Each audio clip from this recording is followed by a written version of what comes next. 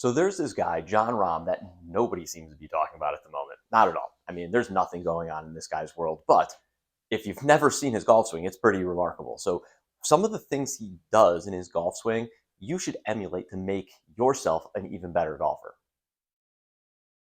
One of the things that Jon Rahm does really, really well in his golf swing is he's got a monster amount of width and extension in his arms. So what I mean by that is as he takes the club back, his arms stay really long for a very long period of time. And what that does is it helps his shoulders rotate at a better rate so he can make most of the turning completed by the time he gets to the top of his backswing. So if I were to make a backswing and my arms got short and bent and folded, what would you notice? Not a whole lot of turn here, but the longer I make them, the bigger the turn I can make and the sooner I can stop my backswing. Most of the time, people that have very short arms on the way back tend to have a small amount of turn and then have to add even more turn on the way back.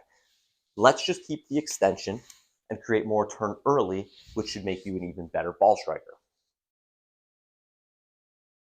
Another thing Jon Rahm does really well that you should do more of is move our body around sooner and move our weight more forward into our lead side. That red line you see on the screen is where Jon Rahm's hips started at address. As he makes a backswing, his hips move incrementally backwards, incrementally. There we go.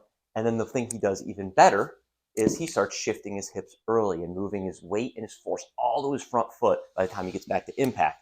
So when he does get back to impact, he is on a firm left side and he strikes every ball very consistently. And that's why he's one of the best ball strikers in the world, one of the best drivers on the planet. So one of the reasons why Jon Rahm is one of the best ball strikers on the planet is because he has the ability to control his wrist angles perfectly. What I mean by that is when he makes a backswing with his driver and his irons, he takes the club back and he starts to bend his left wrist backwards and bow it. So when you bow the left wrist, your arms start to squeeze together. And what you do by squeezing them together is you start to connect them better to your body so you can start to rotate better on the way down.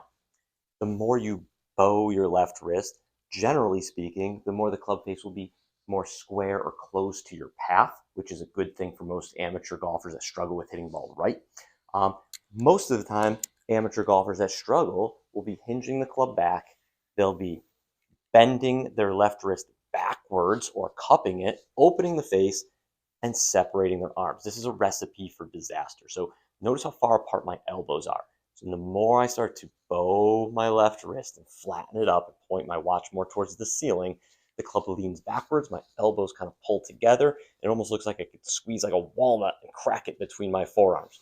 That is going to make you a better ball striker because it will make sure the face is more close to the path to help you create that draw swing you're most likely looking for.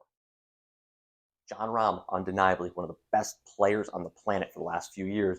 Are you going to start maybe watching some more live events? Are you going to boycott it more? Tell me what you're thinking in the comments. Subscribe, follow. Let's just make sure we all understand that Jon Rahm is really good because he has great extension.